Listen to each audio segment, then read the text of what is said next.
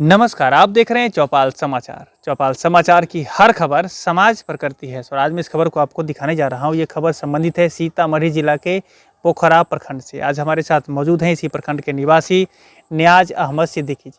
ये सामाजिक कार्यकर्ता हैं, सामाजिक कार्यों में सक्रिय रहते हैं और मैं दर्शकों को बता दूं कि पहले भी आप इन्हें देख चुके होंगे। कई सारे अनशन, कितने धरना प्रदर्शन और इस पर लगातार लगे रहते हैं। तो यह मैं आपको बता दूं कि समाज से जुड़े रहने वाले लोग हैं और आज इनसे हम जानेंगे इस पंचायत और इस जो समाज की, इस प्रखंड की स्थिति क्या है, कितना बेहतर हो सका है, नहीं हुआ है तो क्या कारण है। और मैं ये भी आपको बता दूं कि आप हमारे दर्शकों में चूँकि अधिकारी, पदाधिकारी, जनप्रतिनिधि है, तो यह कार्यक्रम आपके लिए बहुत ही आवश्यक है। चूँकि इनका जो जीवन का संघर्ष रहा है, जिस तरह से इन्होंने समाज को देखा है, वो आज जो बताएंगे तो आगे समाज के विकास में इन बातों से मदद मिलेगी। आपका बहुत बहुत स्वागत है। धन्यवाद। सबसे पहला सवाल हमारे दर्शकों के लिए ये है कि आप अपना परिचय बताएं। चूँकि आपका संघर्ष में जीवन लंबा रहा है परिचय का, तो एक बार दर्शकों को शॉर्ट में बताएं। जी, मेरा नाम नियाज अहमद सिद्दीकी है और मैं भारत की कम्युनिस्ट पार्टी मार्क्सवादी लेनिनवादी अर्थात भाकपा माले का सिपाही हूँ। जब मैं छात्र था तभी से मैं लाल झंडा के साथ जुड़ा और तब से अब तक इसके साथ हूँ। लगातार मेरा पूरा जीवन ही संघर्षों में बीता है। चाहे भ्रष्टाचार का मामला हो, जनता के हितों की जहाँ लूट होती हो, विकास में लूट मची हो, इन तमाम मुद्दे को लेकर के मेरा लगातार संघर्ष चलता है। अभी पिछले 3 अगस्त से लेकर के 5 अगस्त तक लगातार पोखरा प्रखंड मुख्यालय पर मेरा अनशन था, जिसका मुख्य जो था वो भ्रष्टाचार के विरुद्ध। पोखरा प्रखंड कार्यालय में जड़ जमा चुके भ्रष्टाचार को उखाड़ फेंकने के इसके साथ मैंने ये शुरुआत की थी।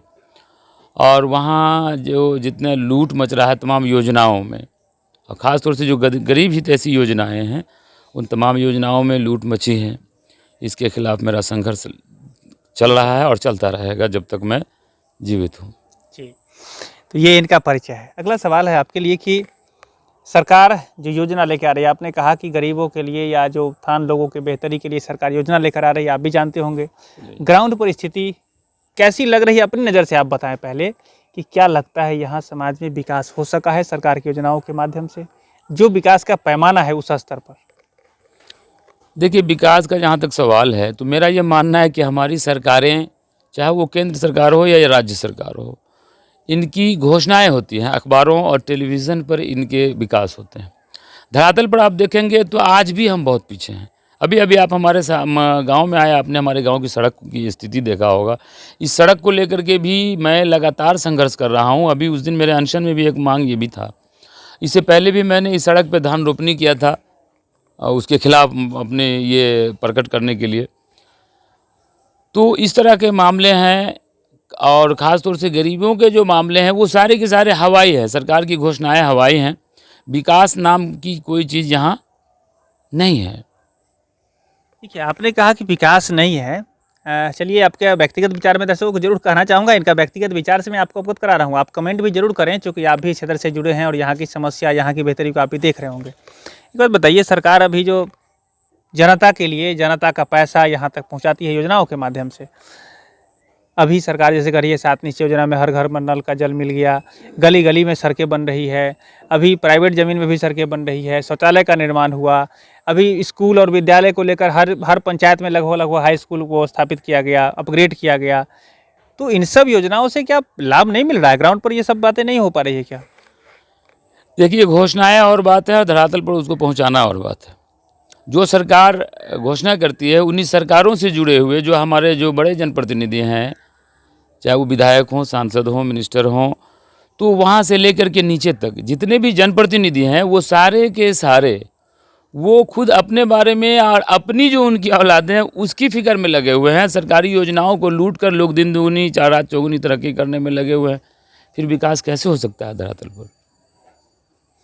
मतलब आपका कहना है कि जो लोग इस योजना को ग्राउंड तक लाने के लिए जवाबदेह हैं, वो सारे लोग अपने कल्याण की मंशा रखते हैं और अपने स्तर से अपना फ़ायदा निकालने का प्रयास कर रहे हैं। जी बिल्कुल बिल्कुल। तो जब हमारे जनप्रतिनिधि जो हैं, जनप्रतिनिधि का काम है कि जनता के हितों की रचना, चूँकि जनता का वो प्रतिनिधित्व करते हैं, तो हमारे जनप्रतिनिधि ही भ्रष्ट हैं, तो हमारा जो ये हमारे जो पदाधिकारी हैं, हमारे जो कर्मचारी हैं, स्वाभाविक हैं कि वो तो हमारे गांव के नहीं होते, दूसरी जगह के, दूसरे इलाके के होते हैं। उनको जनता से क्या लेना देना है, वो तो लूटेंगे ही।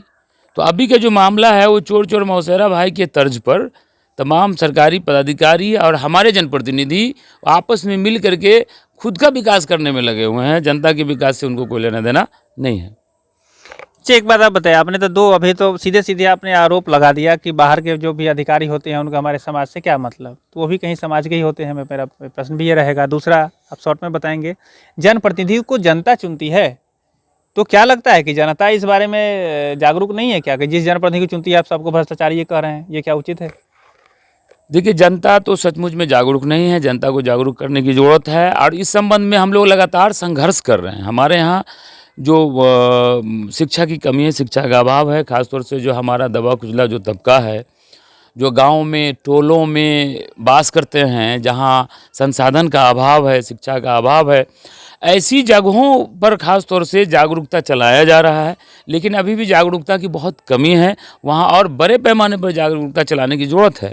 क्योंकि वो जागरूक ना होने के कारण जब चुनाव होता है, चुनाव में तरह तरह के लोग आ जाते हैं, तरह तरह के प्रलोभन देते हैं, और हमारे लोग तरह तरह के प्रलोभन में, तरह तरह की भावनाओं में बह करके हम वोट कर देते हैं।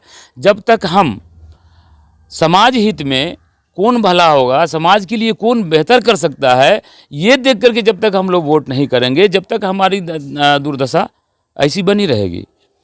जी, एक बात और बताइए, आपने कहा शिक्षा और जागरूकता की बात, तो हमारे यहाँ शिक्षा का अधिकार अधिनियम लागू है, जानते हैं।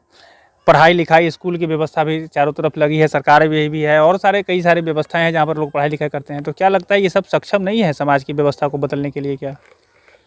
देखिए, शिक्षा का अधिकार तो लागू जरूर है, लेकिन कागज़ों पर है, अखबारों में है, कानून में है, लेकिन धरातल पर हमारी सरकार का मंशा सही नहीं है। हमारी सरकार नहीं चाहती कि हमारे यहाँ के लोग शिक्षित हो जाएं, क्योंकि आम जनता जब शिक्षित हो जाएगी तो हमारी सरकारें जो मनमाना कर रही हैं उनको समझ ले लगेंगी, और जब उनको समझने लगेंगी तो उनका विरोध होगा, उनके खिलाफ लोग खड़े होंगे और उनका ये मनमाना नहीं चल पाएगा। इस सरकार का मंशा ही साफ नहीं है, इस वजह से जो है वो शिक्षा घर है। अच्छा, एक बात और मेरा मन में जो प्रश्न है मैं आपसे पूछ ही लूँ कि ये बातें आप एक प्रतिनिधि मतलब विरोधी के नाते कह रहे हैं या सामाजिकता के नाते कह रहे हैं, ये भी आप क्लियर करें। चूँकि आपने बताया कि आप पार्टी से भी जुड़े हैं, तो ये बताइए कि पार्टी के कारण कह रहे हैं या व्यक्तिगत? नहीं, ये बिल्कुल ज़मीनी सच्चाई है। देखिए, दलीय राजनीति एक अलग चीज़ है, लेकिन जो ज़मीनी हकीकत है उसको हम बदल नहीं सकते।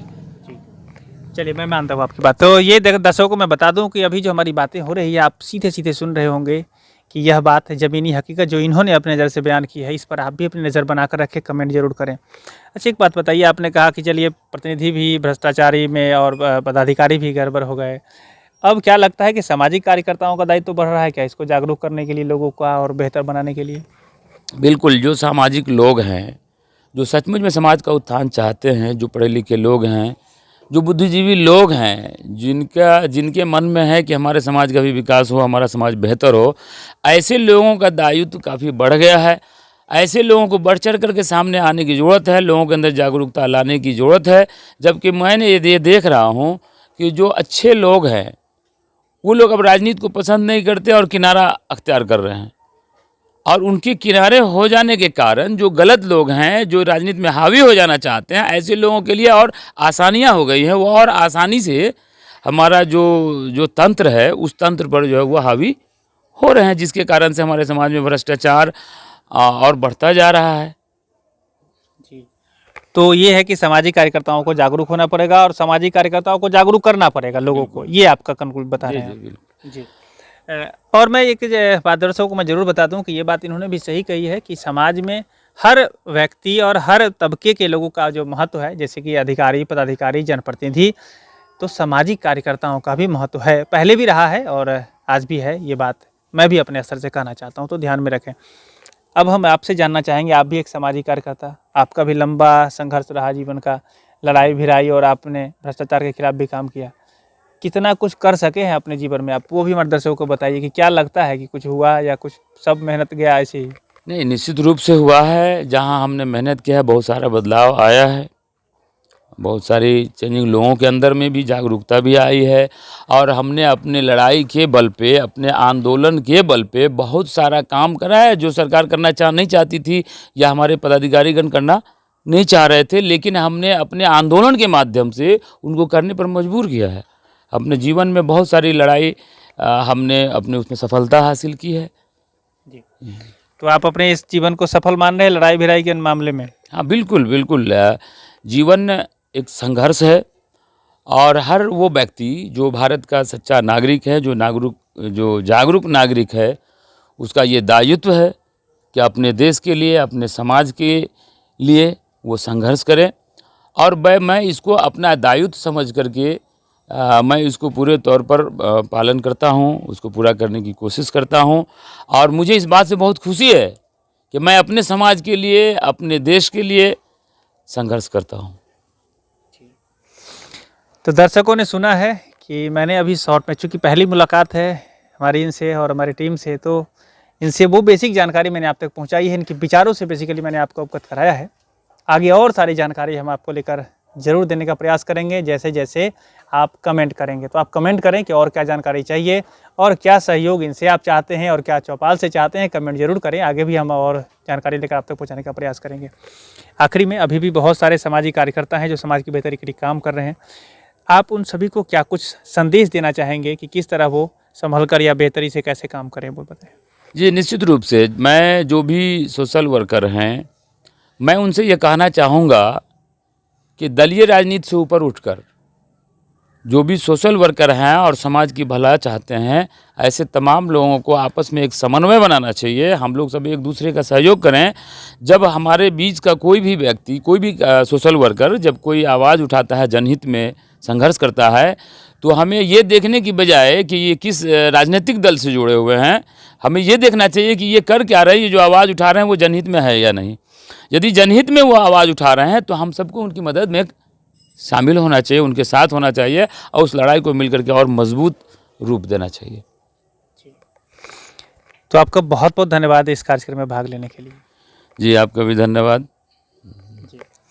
दर्शकों का भी बहुत बहुत धन्यवाद। देखिए, इन्होंने जो आखिरी में भी बात बताई है कि अगर मुद्दा सामाजिक है, अगर लोग समाज की बेहतरी के लिए कोई भी लोग काम कर रहे हैं, तो सामाजिक सोच रखने वाले लोगों को एकजुट होकर उनकी मदद करनी चाहिए, बगैर किसी जात पात धर्म भेदभाव या दलगत राजनीति से ऊपर उठकर। जब आप इन सारी समस्याओं को अगर आप सामाजिकता के स्तर से आंकेंगे तो ज़रूर से ज़रूर निदान निकलेगा। और यही प्रयास चौपाल समाचार का है कि यदि कोई भी व्यक्ति जो सामाजिक कार्य कर रहा है और समाज की बेहतरी के लिए काम कर रहा है, तो हम उसकी आवाज़ बनते हैं और हम उनकी बात देश दुनिया तक बताने का प्रयास करते हैं। यदि आप भी चाहते हैं कि अपनी बात चौपाल में रखना, हमारा नंबर डिस्प्ले कर रहा है, नंबर है 6206610060। आप उस नंबर पर हमें संपर्क करें, हम आपकी बात को लेकर भी देश दुनिया तक पहुंचाने का प्रयास करेंगे।